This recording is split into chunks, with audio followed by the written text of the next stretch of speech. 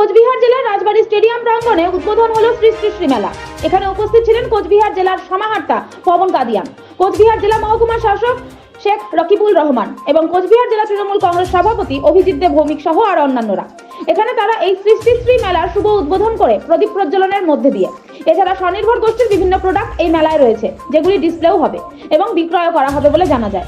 এখানে মোট 52টি স্টল রয়েছে, যেগুলির মধ্যে হাতে তৈরি জিনিস রাখা হয়েছে। এছাড়া এখানে পুলিশ স্টল ও ফায়ার স্টলও রয়েছে।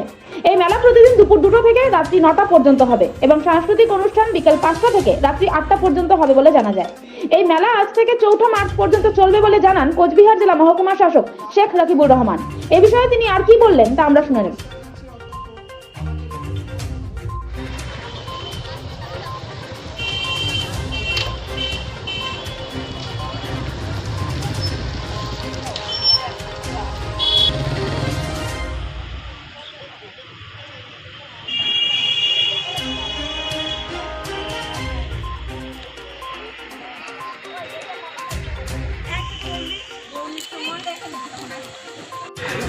তাদের উদ্দেশ্যে একটা বিশেষ ঘোষণা, আপনারা এই মুহূর্তে প্রত্যেক স্তর থেকে পূজন করে একটা স্তরে রেখে যদি সম্ভব হয় পূজন করে আপনারা স্বনির্ভর গোষ্ঠীর বিভিন্ন প্রোডাক্ট এবং খাদ্য সামগ্রী তাদের ডিসপ্লে হবে এবং তার সঙ্গে সঙ্গে সেল হবে।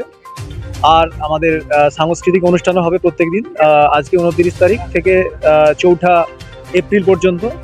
তো তাতে আমরা এই স্বনির্ভর গোষ্ঠীর যে প্রোডাক্টগুলোকে আমরা সাপোর্ট দেওয়ার চেষ্টা করছি, যাতে কিনা তাদের বিপণনে সুবিধা হয়। 29 তারিখ আজকে 29 মার্চ থেকে 4 এপ্রিল পর্যন্ত হবে এবং 52টা স্টল আছে, তার মধ্যে পুলিশের স্টল বা ফায়ারের স্টল আছে এবং বাকি স্টলগুলো সেলফ হেল্প গ্রুপের মেয়েদের আছে।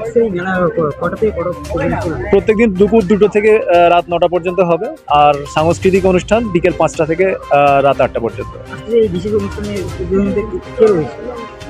আরেকবার বলুন।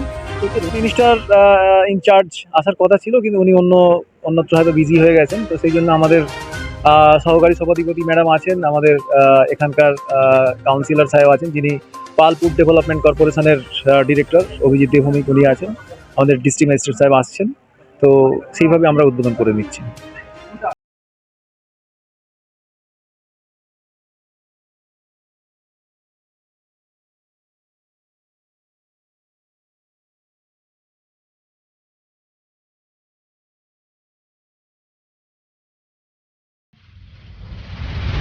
তারা fitness, SN road, Goalapatti, Cooch Behar.